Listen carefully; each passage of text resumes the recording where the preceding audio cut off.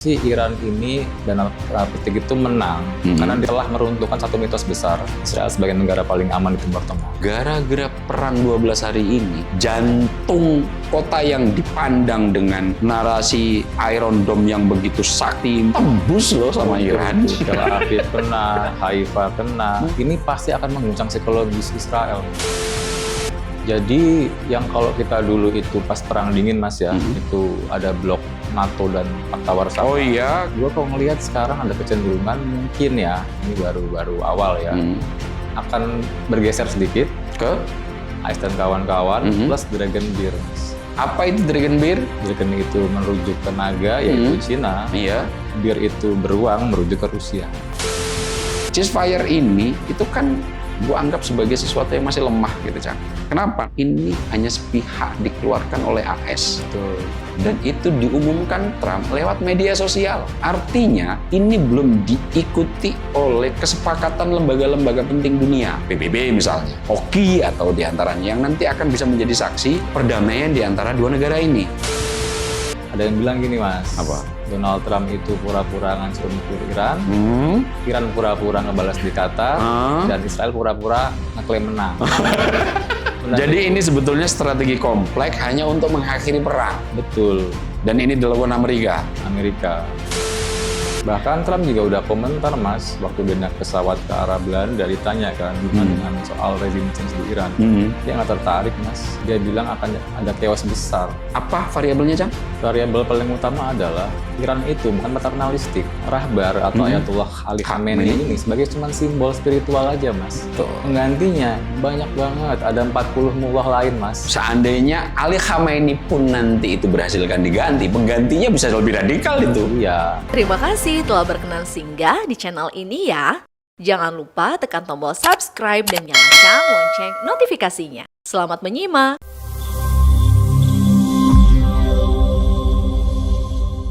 Berkolaborasi dengan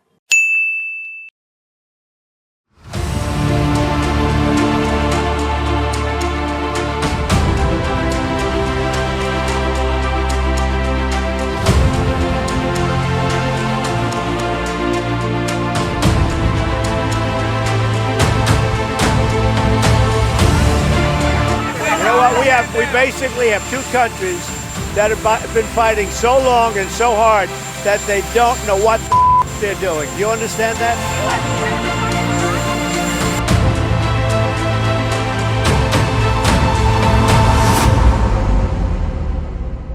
Assalamualaikum warahmatullahi wabarakatuh. Halo sahabat sekalian, salam sehat, salam bahagia, salam ngutik. Kembali ayo kita ngulik politik. Oke, baik sahabat ngutik sekalian. Setelah 2 minggu ketegangan tinggi terjadi, yaitu serangan udara dan juga ancaman nuklir, dunia akhirnya bisa bernafas sejenak. Amerika Serikat turun tangan dan juga gencatan senjata antara Iran dan juga Israel resmi kemudian diberlakukan. Nah, tapi apakah ini benar-benar akhir dari konflik atau hanya jeda sebelum badai berikutnya? Nah, untuk mendiskusikan topik ini sudah hadir di studio ngutik, yaitu teman diskusi saya ada Mas Aab dan juga Mas Icang. Halo Mas Aab dan Mas Icang. Halo, Neng Dea. Halo Cang. Mas Aab. Baju sakera tuh. Yoman. Oke, Mas Aab dan juga Mas Icang, tadi di opening saya udah men-spill lah ya begitu topik apa nih yang bakalan kita bahas hari ini. Tapi sebelum jauh ke sana nih ya, yang kemudian tadi juga saya sudah sempat menyinggung begitu, apakah ini benar-benar akhir dari konflik atau hanya juga jeda aja begitu ya sebelum badai berikutnya ya, semoga aja ini betul-betul selesai. Tapi sebelum ke sana nih Mas, mau langsung ke Mas Icang kayaknya nih untuk ulikannya nih mengenai eskalasi fase akhir perang di 12 hari ini antara Israel dan juga Iran yang per hari ini ya, kita tapping di tanggal 25 Juni ini sudah dilakukan gencatan senjata gitu. Ya, iya betul. Nah, gimana nih Mas ulikan nih Mas mengenai hal ini? Oke, kita mundur sedikit ya. Tahun 1967 itu kan perang 6 hari Mas ya. Oh iya, dulu ya. Bisa dibilang itu sukses besar. Suriah hancur lebur ya kan. Yang sukses siapa nih? Israel hancur besar, Iya. kan? Dia dapat Sinai dari Mesir, Betul. tepi barat dari Yordan, Ya, West Bank, Golan Golan. dari Oh ya. Suriah. Namun kali ini sepertinya Israel got nothing ya. Setelah Dapat sesuatu, Jang. apa itu? Rasa malu. Rasa malu mungkin. Kita balik sejenak ke tanggal 22 ya. Di operasi Midnight Hammer. Oh Yang iya. kalau kata masa apa Mas?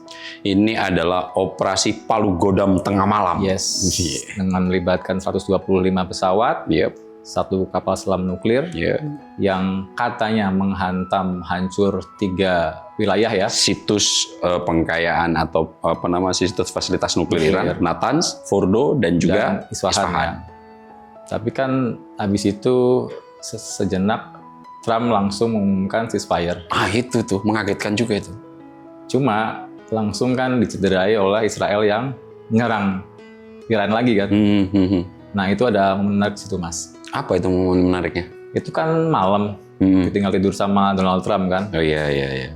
Pagi-pagi dia bangun marah besar Mas.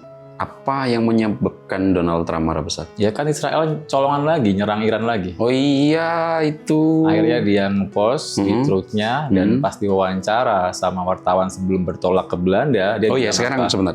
Sekarang Trump di Belanda ya? Di Belanda, Untuk menghadiri pertemuan NATO ya? Ya, dia sampai nggak pernah dalam sejarah di Amerika seorang presiden Amerika itu melemparkan F-bomb. Apa itu F-bomb? Dia bilang they don't know what they are doing. Itu udah marah beneran Mas, bukan sebuah pura-pura lagi. Tapi arah dari F-bomb-nya ini ke siapa ini? Ya kedua-duanya Mas. Kenapa Dia kan kedua-duanya? bilang dia I'm not happy with Israel. Iya, dia udah nggak happy. Donald Trump itu nggak punya ideologi Mas, kecuali egonya sendiri. Kenapa lo ngambil kesimpulan itu? Kalaupun ada ideologi dia lebih ke MAGA dong. Apa itu MAGA? Make America Great Again. Kalau kemudian nggak punya ideologi, akhirnya Ya dia pragmatis. Jadi kalau seandainya MAGA, gue jadi terpantik dan ingat tuh, perang ini kan akhirnya sebetulnya bukan perang Amerika kan? Iya. Kalau seandainya dia perang Amerika, Trump adalah MAGA. Kalau ada istilah plesetan lain tuh, MIGA. apa itu? Make Israel Great Again. Dia nggak mau itu. Dia lagi tentang bisa-bisa di dalam negerinya kan. Orang-orang yang dekat sama dia itu menantang semua. Jangan sampai ikut-ikutan lobby Yahudi. Tapi sepertinya emang lobby Yahudi emang masih kuat. Jadi dia ambil jalan tengah buat selamatin muka Israel. Ya udah deh. Gue seolah-olah itu simbolik untuk menghancurkan fasilitas nuklir Iran. Tapi kan sampai saat belum ada klaim itu hancur total, Mas. Iya. Bahkan itu ada investigasi awal dari Amerika, itu udah dipindahin, Mas, nuklirnya, Mas. Iya, jadi semua fasilitas-fasilitas yang ada di nuklir Iran ini sudah dipindahin, dan juga tingkat kerusakannya sebetulnya tidak terlalu fatal itu, Cang. Benar. Katanya itu ya infrastruktur terasnya aja itu yang sebetulnya hancur oleh operasi Midnight Hammer ini gitu. Itu diperkirakan diduga hanya menunda 6 bulan saja.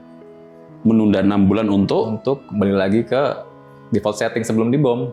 Artinya Dan fase kesenjataan nuklir mungkin 1,5 tahun, setahunan. Artinya bahwa apa yang dilakukan oleh Amerika untuk sedikit mengganggu atau apa istilahnya melakukan keisengan terhadap fasilitas nuklir ini hanya berhasil untuk menunda 6 bulan untuk agar fasilitas nuklir Iran bisa operasi kembali. Betul. Dan seandainya 6 bulan sudah bisa operasi kembali, untuk kemudian itu dieskalasi atau ditingkatkan kadar uraniumnya, pemurniannya sampai tingkat 90% hanya butuh waktu 1 tahun lebih paling. 1 sampai 1,5 tahun kan? Iya. Artinya, kalau gue nih Jang ya, Neng, memaknai perang ini yang menang itu Iran gitu. Why? Satu, kemarin kita sudah sempat singgung ya, bahwa pendefinisian kemenangan perang antara Iran dan Israel akan dikatakan menang perang kalau semua objektifnya tercapai. Dua yang kita garis bawahi, objektif yang bisa kita rujuk dari pernyataan Netanyahu. Nomor satu adalah denuklerisasi, artinya ingin melenyapkan program nuklir Iran, dan itu sempat dan selalu dipakai oleh negara Israel serta sekutunya agar yang lain nggak punya senjata nuklir. Meskipun di Israel sendiri itu sampai detik ini dia bukan anggota IAEA, sampai detik ini juga tidak pernah mau diinspeksi oleh Badan Atom, itu akhirnya kemudian tidak tercapai. Meskipun untuk menyelamatkan muka, Amerika mengeluarkan operasi itu dengan meluncurkan hulu ledak bunker, gitu kan. Master bunker itu. Yang kedua, objektifnya adalah change regime. Iya. Objektifnya tercapai di situ? Tidak sama sekali. Bahkan Trump juga udah komentar, Mas, waktu dia naik pesawat ke arah Belanda, ditanya kan gimana dengan soal rezim change di Iran. Dia nggak tertarik, Mas. Kenapa? Dia bilang akan ada chaos besar. Iya, karena mengubah rezim yang ada sekarang itu artinya memantik konflik yang tidak akan berujung. Nah, ini lo kan punya ulikan menarik tuh, Cang. Kenapa kalau seandainya rezim ini, sebagaimana dikatakan Trump, akan berganti, itu akan menambah konflik bertambah panjang? Pasti. Apa variabelnya, Cang? Variabel paling utama adalah Iran itu bukan paternalistik. Rahbar atau Ayatollah Ali Khamenei ini sebagai cuman simbol spiritual aja, Mas. Penggantinya banyak banget, ada 40 mullah lain, Mas. Seandainya Ali Khamenei pun nanti itu berhasilkan diganti, penggantinya bisa lebih radikal itu. Iya, bahkan hampir pasti akan mengeras, Mas. Karena kan ada dua faksi utama ya dalam apa aja Iran itu. Satu itu yang pro reformasi, yang itu pro diplomasi dan membuka diri ke Barat.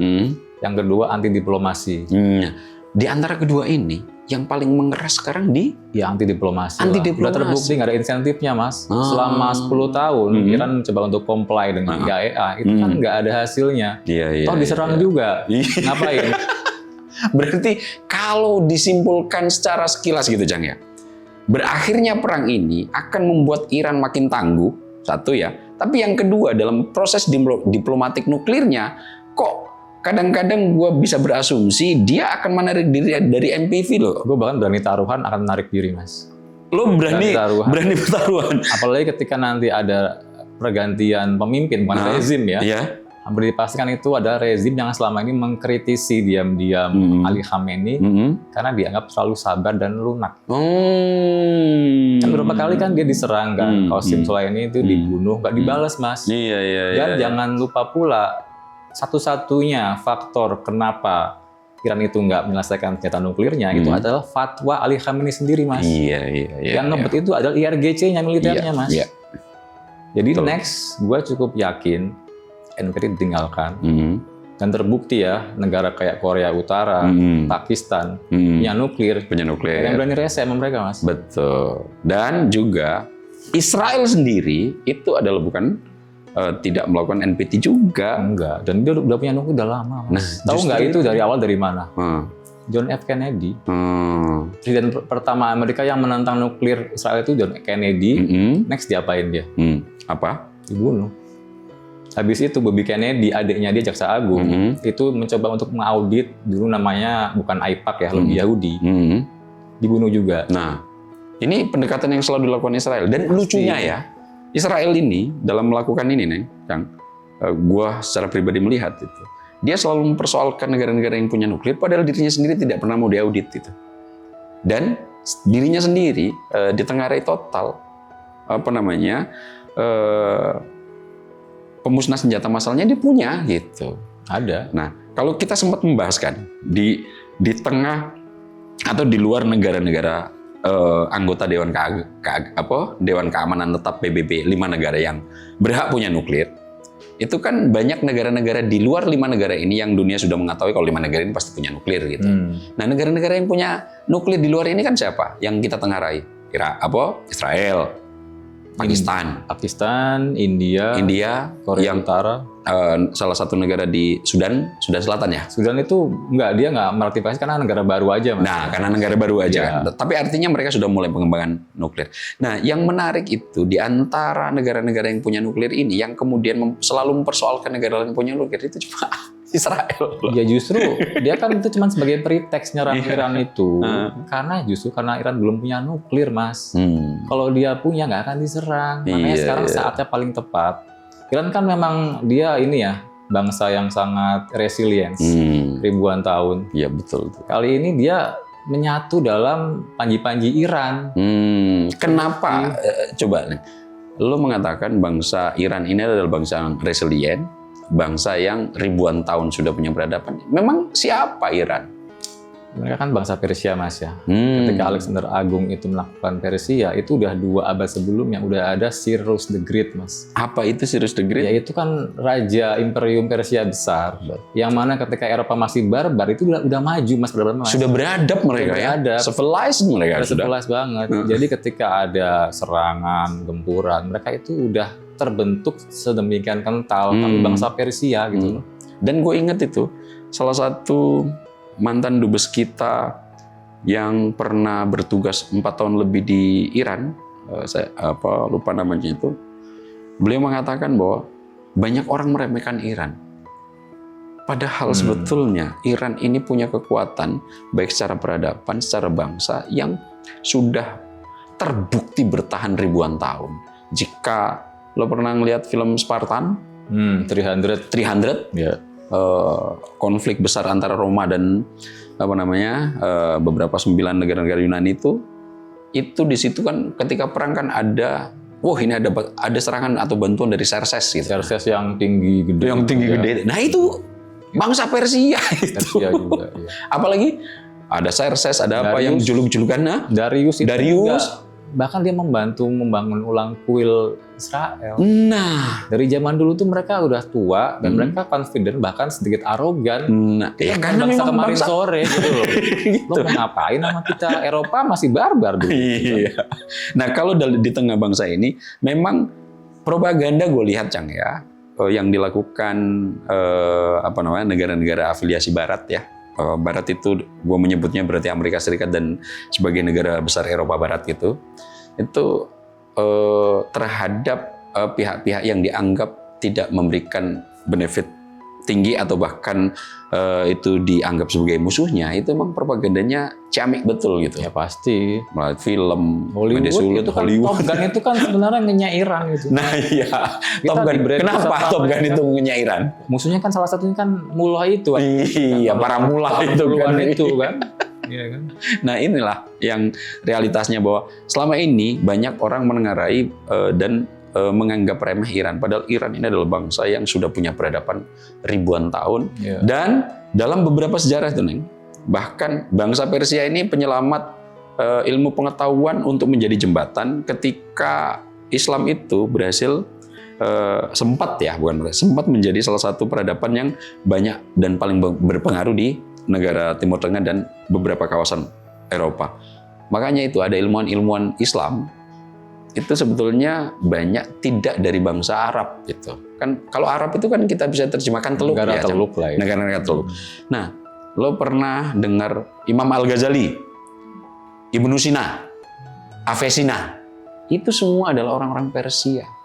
Dan mereka menerjemahkan semua filsafat-filsafat Yunani ke ranah bahasa Arab. Dan itu kemudian ketika perang besar peradaban Islam runtuh, banyak diangkut ke Eropa. Makanya balik lagi ke tadi itu ya, puncaknya itu kan Operation Mirat Hammer, anti klimaksnya itu dibales pura-pura ya oleh Iran ke Al-Udeid ya, yang Qatar itu. Ya.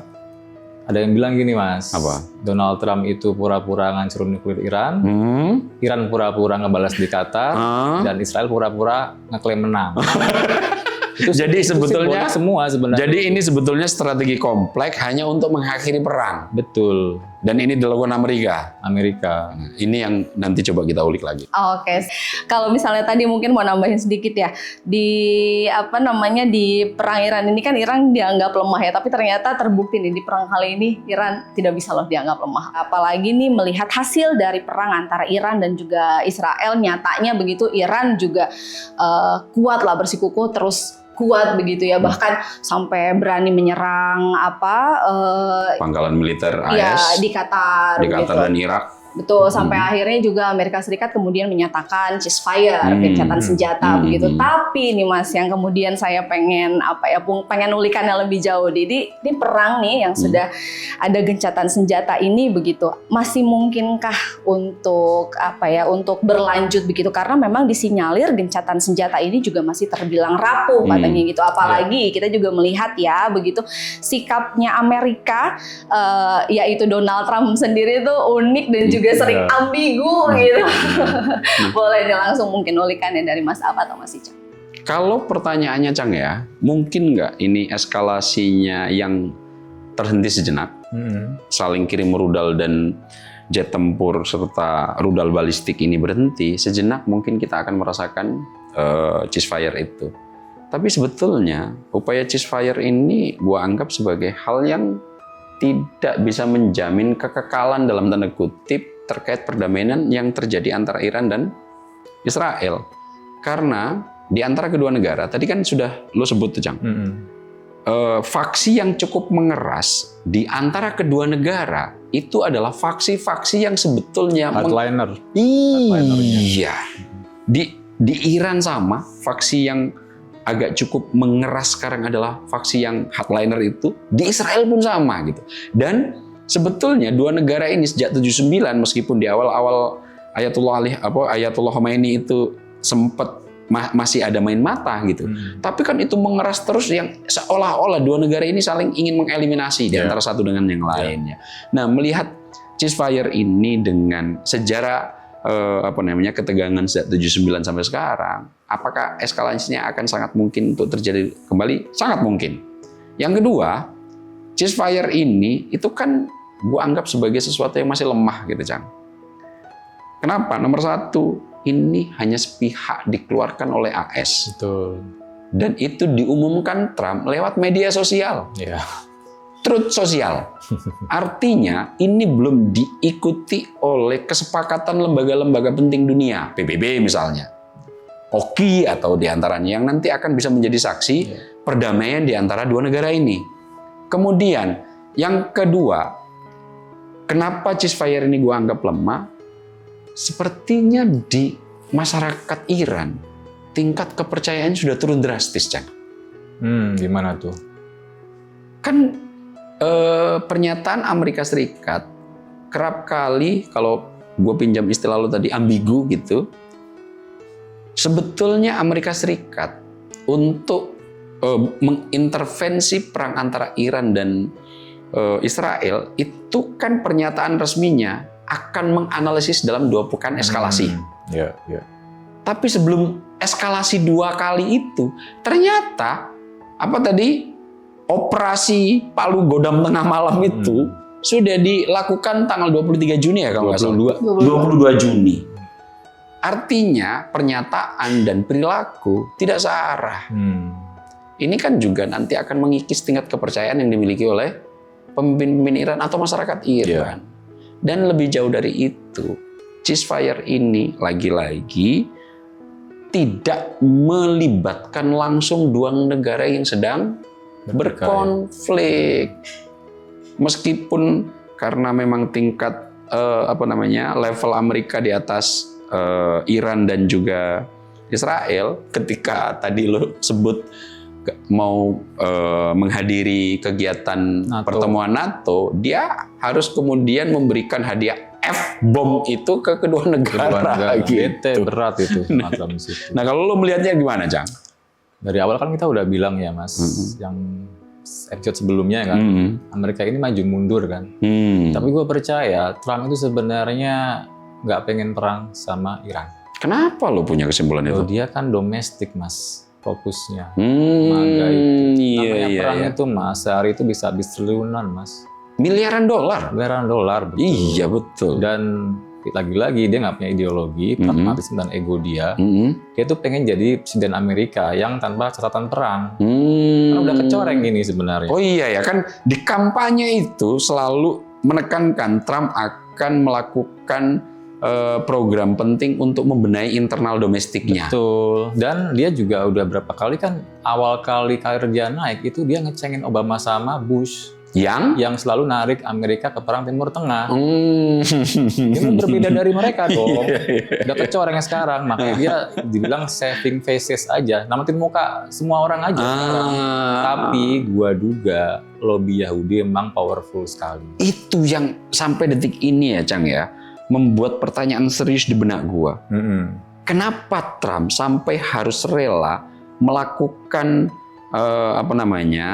pelanggaran komitmen yang dia akan mengevaluasi 2 pekan, tiba-tiba kemudian dalam 22 Juni itu harus melakukan pengeboman dengan teknologi tercanggih Amerika yang dimiliki saat ini, 2. Nah, kira-kira lobby seperti apa, Cang? Nah, ini masuk ke wilayah agak teori konspiratif, Mas. Oh ya, agak Tapi konspirasi ya. worth it lah untuk kita bahas kilas. Iya. Bahwa sebenarnya mereka itu punya kartu as untuk Donald Trump. Hmm. Kalau dia itu menolak untuk menyerang Iran, itu akan dibongkar. Apanya yang dibongkar? Epstein Files. Apa itu? Epstein File. Jeffrey Epstein ini adalah seorang rekrutan Mossad yang dia itu tukang peras, Mas. Oh. Ingat kasus Monica Lewinsky, Mas? Nah, gua baru mau ngomong itu. Bill Clinton itu setelah menyatukan Arafat sama Yitzhak Rabin, Iya. dia kena skandal Monica Lewinsky. Betul, dan itu kemudian ada follow up-nya. Yitzhak Yes. Rabin harus kemudian mati juga Ya, dibunuh. dan Trump itu bukan dekat ya, dia berteman dengan Jeffrey Epstein. Yang dia punya pulau kecil yang katanya itu adegan-adegan nono itu direkam semua di situ. Walaupun ini konspiratif ya teorinya ya. Kan habis Gitu. dibuka sama ketua FBI, Iya. si Patel itu kan, tapi ditarik lagi, Mas, setelah itu. Elon Musk tuh sempat nge-tweet, dihapus sekarang. Kenapa Trump nggak mau ngebuka itu? Karena Trump di situ juga.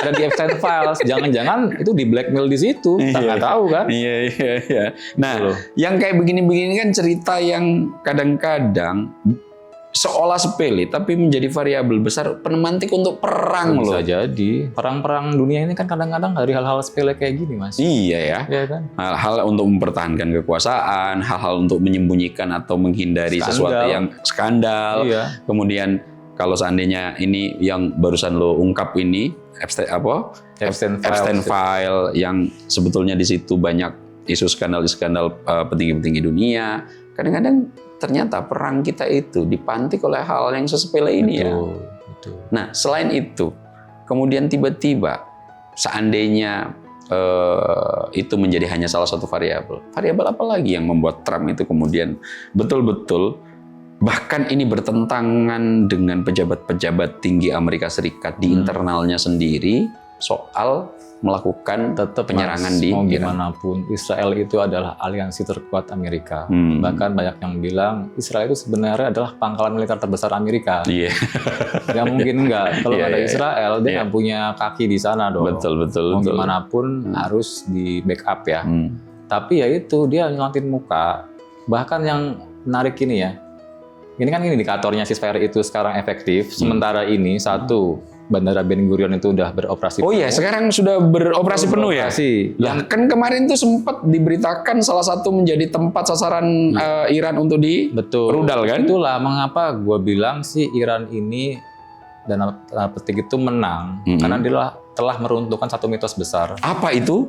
Israel sebagai negara paling aman di Timur Tengah. Iya, gara-gara perang 12 hari ini, jantung kota yang dipandang dengan narasi Iron Dome yang begitu sakti membentuk kubah pertahanan yang tidak akan pernah bisa ditembus oleh rudal-rudal musuh.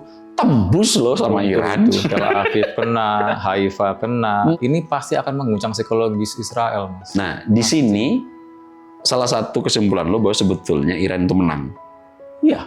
Dan bisa berani Israel bilang itu. kalah. Sementara Israel nol besar. Nuklir Iran nggak hancur, dia makin mempersatukan bangsa Persia, ya kan? Apa menang? Dan sebagai kakak besar atau setan besar menurut istilah Iran, ya. Amerika ingin memberikan penyelamatan muka terhadap itu semua. aja, udah. Mas Saab dan Mas Icang, ini kemudian menarik nih ya untuk diulik lagi gitu. Kalau dari pandangannya saya gitu Mas ya. Kalau menyoroti Iran nih, menyoroti sikapnya Iran gitu. Kan kalau misalnya kita ngelihat nih, apakah betul-betul Iran ini tuh sekuat itu gitu loh Mas? Karena dia memang percaya diri sekali untuk melindungi negaranya gitu. Karena kalau misalnya perang nih mungkin aja gitu ya. Nih, ya udah deh, saya diserang, saya melawan, tapi sebenarnya saya nggak sekuat itu gitu. Tapi Iran ini betulan kuat sekali ya Mas ya. Kalau dirujuk dari seandainya berhadapan-hadapan satu lawan satu, Israel tuh nggak ada apa-apanya sama Iran. Sebetulnya, Cang. Kalau nggak ada Amerika, Mas. Kalau nggak ada Amerika.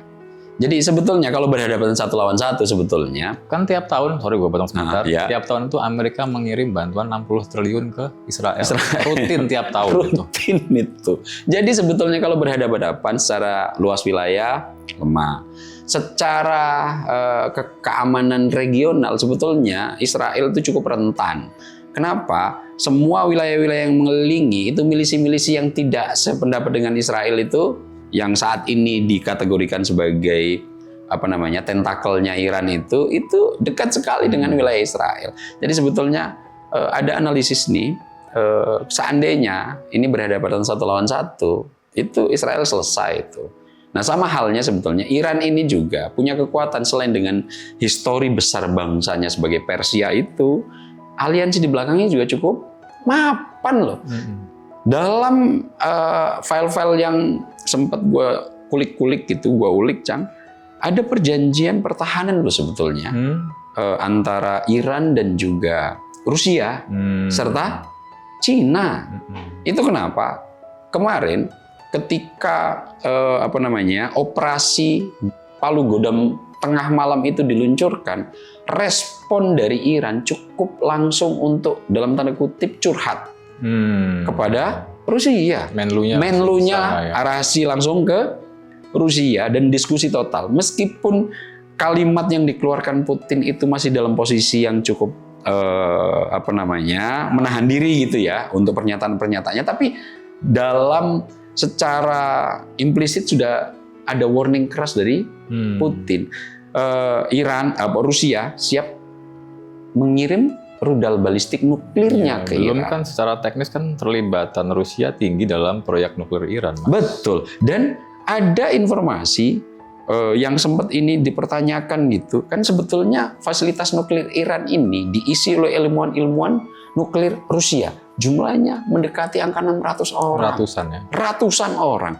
Dan ini kemarin sempat dipertanyakan dengan serangan ketiga fasilitas itu di Fordo, Isfahan dan Natan itu, apakah ada satu aja ilmuwan Rusia yang kemudian tergores kulitnya? Karena ini kalau terjadi menjadi alasan kuat untuk bisa terlibat.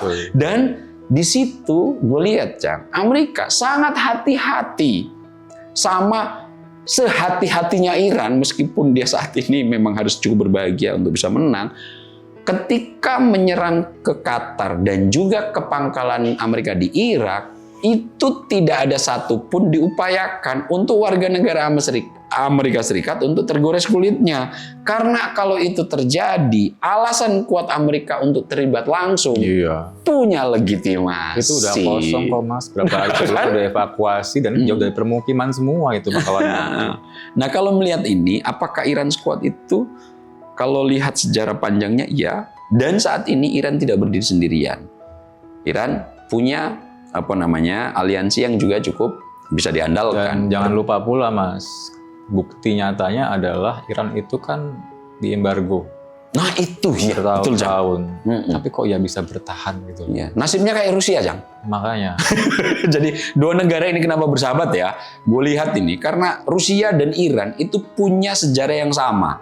Dua-duanya diembargo dan diisolasi dunia barat, tapi tetap bisa resilient, bisa bertahan penuh dari semua embargo-embargo yang dilakukan oleh negara-negara barat gitu.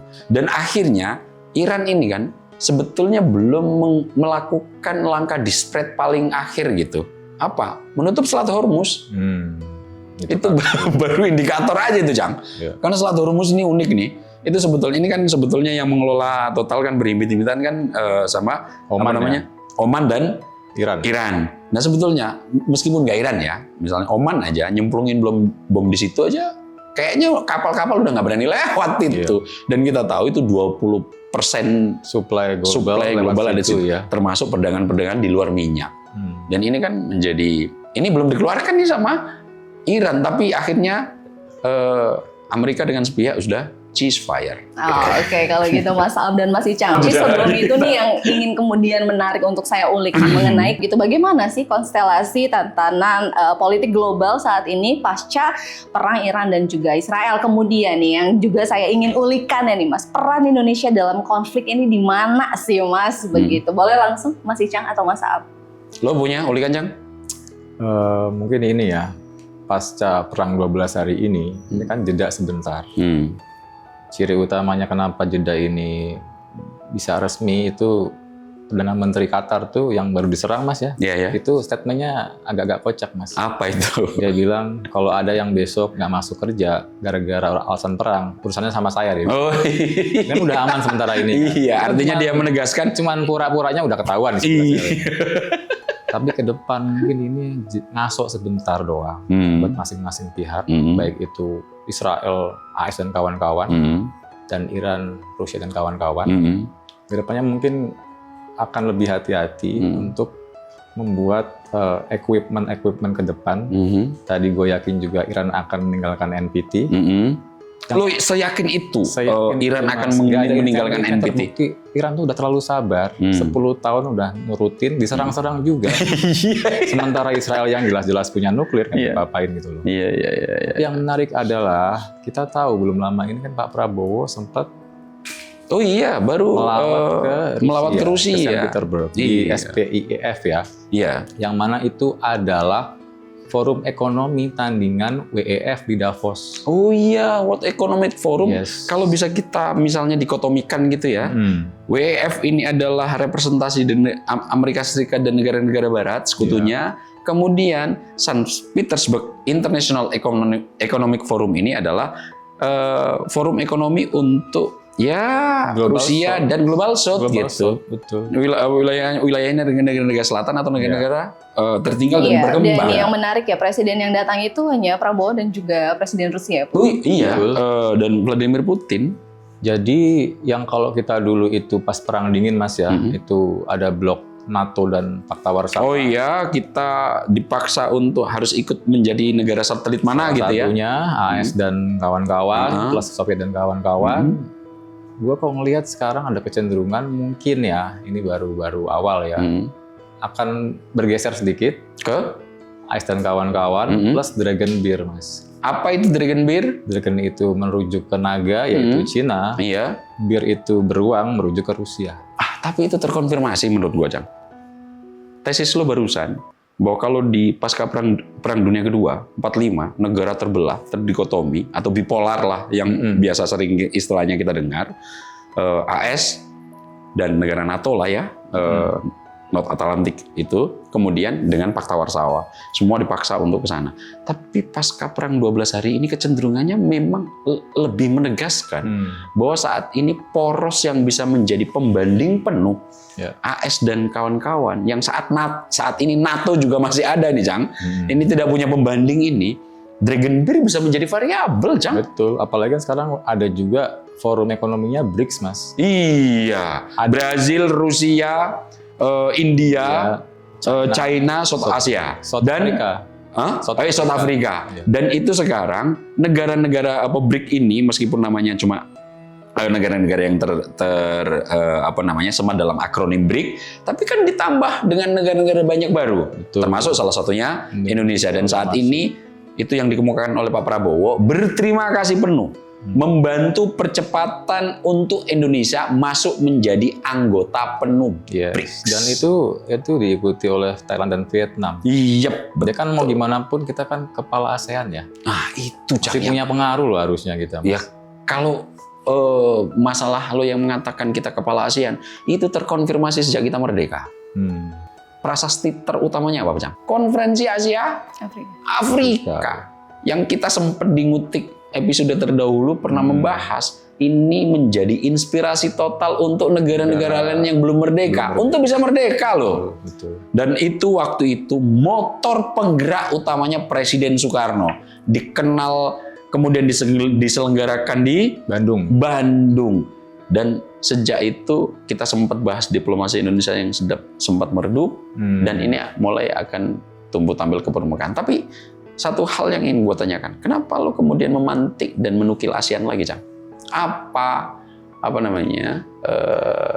kepentingan dan apa urgensinya lo nukil ASEAN lagi? Sebetulnya ini mungkin masih agak kejauhan, tapi gue bayangkan endgame nanti kalau ada perang besar, Mas ya, itu kan hampir pasti ada front-front yang akan menyala ya.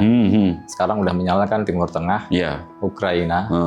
Yang panas dingin itu Korea Utara, Korea Pakistan, Selatan, India juga Pakistan, sudah. India, jangan lupa Taiwan, Mas. Taiwan juga, betul. Kan itu di halaman rumah kita lah, di LCS sana gitu kan. Tapi nggak pernah tuh berani Amerika terus ngebom Ya, Cina justru gitu. itu belum Mas, tapi nanti ketika itu semua udah chaos, gue yakin akan terulang kayak Perang Dunia II. Iya. Waktu itu Jepang kan yang mau mencaplok Taiwan. Betul. Harus ke bawah dulu dong ke Iya. Indonesia. Harus dari sekarang harus siap-siap sih kalau menurut gua ya. Dan menurut lo penting nggak juga ASEAN ini untuk membuat aliansi pertahanan baru Pakta gitu? ASEAN gitu Iya, ya. misalnya Pakta ASEAN Mungkin gitu. harus mulai dipikirin. Kayaknya rekomendasi Harus dipikirin. itu harus ada ya. Sayangnya memang gini, yang punya otak dan dompetnya paling tebel itu Singapura. Nah, Tapi yang punya otot Indonesia harus. iya, tapi kalau Singapura kan sekarang kita kecenderungannya kemana tahu. Betul, tapi kan dia sekarang juga udah mulai memisahkan diri Mas, nggak terlalu dekat-dekat lagi. Iya, Karena iya, dia iya. tahu kalau nanti perang besar terjadi, lawan paling utama kan di atasnya dia dikit tuh Cina Mas. Betul. Gimana tuh nanti kan repot Nah, pasti. Kalau begitu, menarik tesis lo yang barusan lo ungkap tuh, Neng. Tesisnya nih. Kalau seandainya di ASEAN, yang punya uang siapa? Singapura, Singapura. Yang punya otot siapa? Indonesia. Dan ini negara yang paling dekat loh. Kayaknya rekomendasi atau proposal agar dalam tatanan dunia baru ASEAN membentuk fakta pertahanan juga menarik nih. Siapa tahu ya, siapa tahu bisa gitu kan. Iya kan? Mumpung lagi ada presiden yang mungkin ngerti pertahanan gitu kan di Indonesia kan. Tapi, nah yang paling penting tuh, kita balik lagi tuh. Indonesia yang baru selesai, apa namanya? Dari Rusia itu. Selain rekomendasi dan proposal kita, mungkin ASEAN perlu membentuk fakta pertahanan baru sebagai antisipasi atau langkah strategis untuk menghadapi tatanan global yang saat ini mulai berubah. Kan kalau sekarang ini lebih cenderung ke multipolar ya. Memang sekarang poros kekuatannya ada di Dragon Bear sebagai satu pihak, di dikit-dikit kalau pertahanan ada Korea Utara gitu, kemudian ada AS dan aliansi NATO-nya lah, lebih sederhananya begitu. Tapi kan di tengah ini banyak negara-negara baru yang mulai tumbuh berkembang dengan oke loh. Middle powers lah. Middle powers, betul. Nah kalau negara-negara middle powers ini sekarang lebih banyak di global south tuh. Ya kan? Ada juga yang dua kaki. Nah, Kayak Turki itu NATO juga, tapi mengecam Israel juga. Ya kan? Bingung dia. Nah, karena gue lihat langkah pragmatis semacam ini yang paling relevan di tengah dunia yang multipolar, Cang. Semua negara dipaksa hanya untuk berdiri dalam politik interest nasionalnya. Jadi karena kepentingan nasionalnya tidak mungkin untuk ngeblok di antara dua raksasa yang sedang berkonflik ini, akhirnya mereka, kalau bahasa peyoratifnya ambigu, tapi sebetulnya ini adalah langkah strategis mereka untuk tetap bisa survive di tengah ketidakmampuan mungkin ekonomi, alat pertahanan dan lain-lain. Akhirnya kemudian mereka menjadi ambigu. Nah, yang pengen gue garis bawahi lagi nih, Cang. Selain kita nanti mungkin proposalnya, mumpung Indonesia saat ini dipimpin oleh orang yang sangat paham pertahanan, tapi yang paling penting, Indonesia saat ini melakukan perjanjian pengembangan nuklir dengan Rusia. Ya. Dan kalau dulu-dulu, Cang, itu kan kita sempat kerjasama dengan Amerika sama Jepang. Amerika sama Jepang. Tapi kan mereka hanya untuk transfer ilmu tanpa harus biaya. Nah ini Rusia langsung ngasih biaya. Nah ini triliunan. Belum ketahuan nih apakah itu nanti akan beneran dilaksanakan, Mas? Nah ini pertanyaan besar. Tapi poin gue sebelum membahas itu adalah memang sudah saatnya kita memang untuk menghadapi sikap pembelahan dunia ini kita masih bebas aktif. Tapi kan kerap kali kita punya kecenderungan harus lebih banyak bekerja sama dengan negara mana tanpa harus tergantung dengan negara mana. Kita lihat Soekarno, meskipun bebas aktif yang dikeluarkan oleh Hatta, kecenderungan kita untuk bekerja sama secara strategis dengan siapa? Blok Soviet. Blok Soviet. Bahkan itu waktu itu bikin 3 poros itu kan? Ya, Peking, Moskwa, sama Jakarta. Kemudian ketika itu pindah ke Soeharto, kita tetap bebas aktif. Tapi poros kecenderungan kita kemana? Ke Amerika. Ke Amerika. Kemudian pasca reformasi, kita kecenderungan bebas aktif itu ke arah mana? Nah, kalau gue lihat sekarang, kecenderungan ini adalah upaya bebas aktif dan penerjemahan bebas aktif itu kita tidak kemudian menjadi aliansi penuh untuk tetap dalam satu kubu gitu, Cang. Tapi ini juga bukan tanpa resiko, Cang. Betul. Resikonya adalah kita ya akan menjadi negara-negara middle terus gitu. Nah, dengan perjanjian nuklir yang kemudian langsung melibatkan biaya, ini kan meskipun nanti akan debatable ya, Cang ya. Iya. Yang gua baca itu satu, perjanjian nuklir ini akan mengiris untuk pengembangan teknologi dan pertanian. Pertanian juga ya? Iya. Nggak cuma energi, Mas. Nggak cuma energi loh. Padahal kan kalau untuk pertanian dan medis itu butuh 20%-an pengayaan uranium ya? Nah itu maksud gua. Kalau hanya untuk kekuatan energi kan sebenarnya 3% cukup. 3-5% udah cukup. 3-5% itu sudah cukup nuklir. Iya. Nah ini akan dikembangkan kerjasama ini untuk tingkat pemanfaatan di sektor kesehatan, teknologi, dan pertanian. Itu kan butuh sekarang 20% kan? Pak Prabowo obses dengan kemandirian pangan ya. Nah, dan Pak Prabowo juga sempat pamer itu dalam sejarah soal pangan nih, dalam sejarah Republik ini, gudang-gudang kita yang penuh dengan pangan dan tidak impor lagi itu baru sekarang. Artinya sudah jagung ya. Iya, dan itu kan disampaikan di pidato Petersburg Economic Forum itu, Jang. Nah, di lain ini artinya kerjasama ini sepertinya kita sudah mau melangkah ke arah yang lebih untuk menjadi middle power yang nanti bisa mungkin kali ya ke depan nanti kita tetap sebagai aktif. Apalagi kan belum lama ini ditemukan cadangan uranium di Kalimantan Barat, Mas ya. Lah itu yang baru mau gue sebut, Cang. Ya, di mana tempatnya? Melawi ya. Melawi. Cadangan proyeksinya berapa ton? 24.000 ton. 24.000 ton. Kalau seandainya cadangan itu di Kalbar, di Melawi, itu diprediksi punya cadangan uranium, Neng. Berapa tadi? 24.000 ton. Dan thorium juga, nggak cuma uranium. Ada thoriumnya juga. Bayangkan kalau kemudian kita bisa memanfaatkan ini dalam teknologi, mungkin tidak untuk menjadi senjata pemusnah massal, tapi hanya untuk menjadi kegiatan energi. Sampai detik ini aja kan kita sebetulnya untuk menjadikan tenaga ini juga belum jalan-jalan amat. Belum. Karena gue sempat dapat informasi nih, Cang. Dalam dua dekade terakhir, kita itu tidak mendapatkan suplai uranium karena peraturan-peraturan ketat yang diberikan oleh IAEA. Sekarang udah punya sendiri tuh stoknya itu. Nah, sekarang stok kita punya. Seandainya masalahnya kan kita agak cukup tidak percaya untuk mengembangkan nuklir ini karena kita kurang disiplin pada gitu ya. Kita masih belum ya di situ. Nah, karena ini sangat berbahaya. Dunia sudah punya rujukan contoh Chernobyl selama 1000 tahun ke depan tidak bisa dihuni. Terus Fukushima juga. Fukushima. Tapi memang itu kan teknologi di stage yang lama ya. Sekarang udah di level yang baru, katanya lebih aman sih, Mas. Nah, kalau seandainya ini sudah diuji coba oleh negara lain, cadangan bahan mentahnya kita ada. Kemudian kita ini negara yang pulaunya gila-gilaan besar.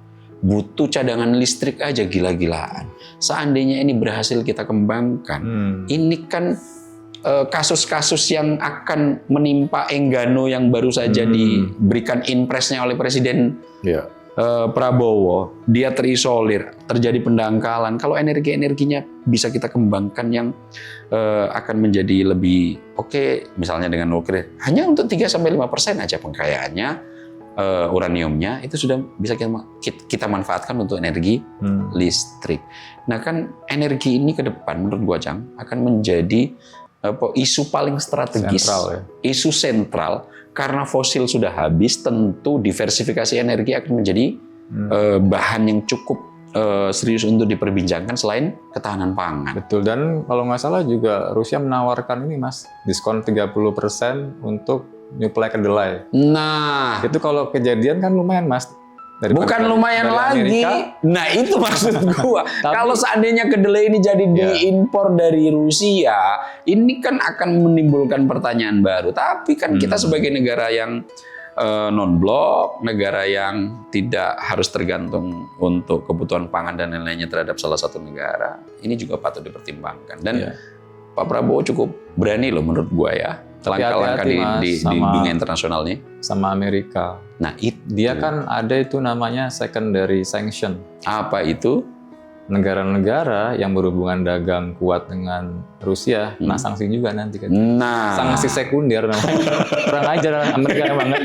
Kurang ajar. Inilah perilaku Amerika yang ambigu, yang kalau gue bahasakan kerap kali punya wajah dua gitu dalam satu kasus.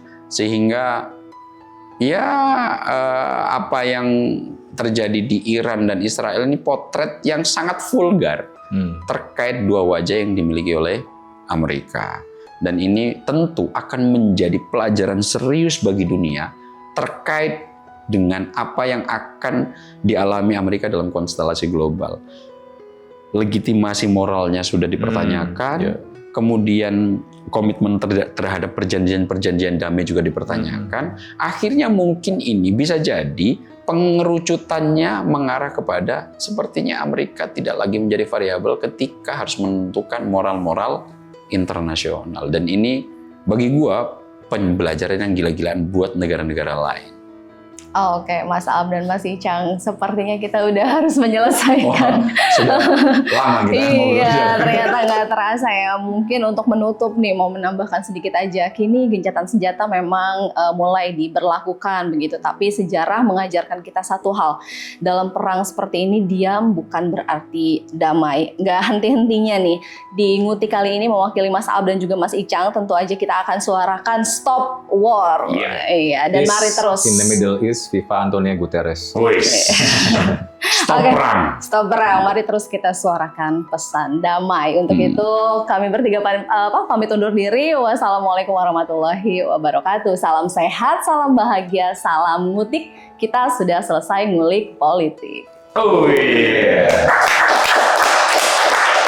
Terima kasih sudah menonton video ini sampai akhir ya. Agar tidak tertinggal video-video kami selanjutnya, yuk jangan lupa tekan tombol subscribe dan nyalakan lonceng notifikasinya. Dan untuk berdiskusi, silahkan tulis pendapatmu di kolom komentar ya.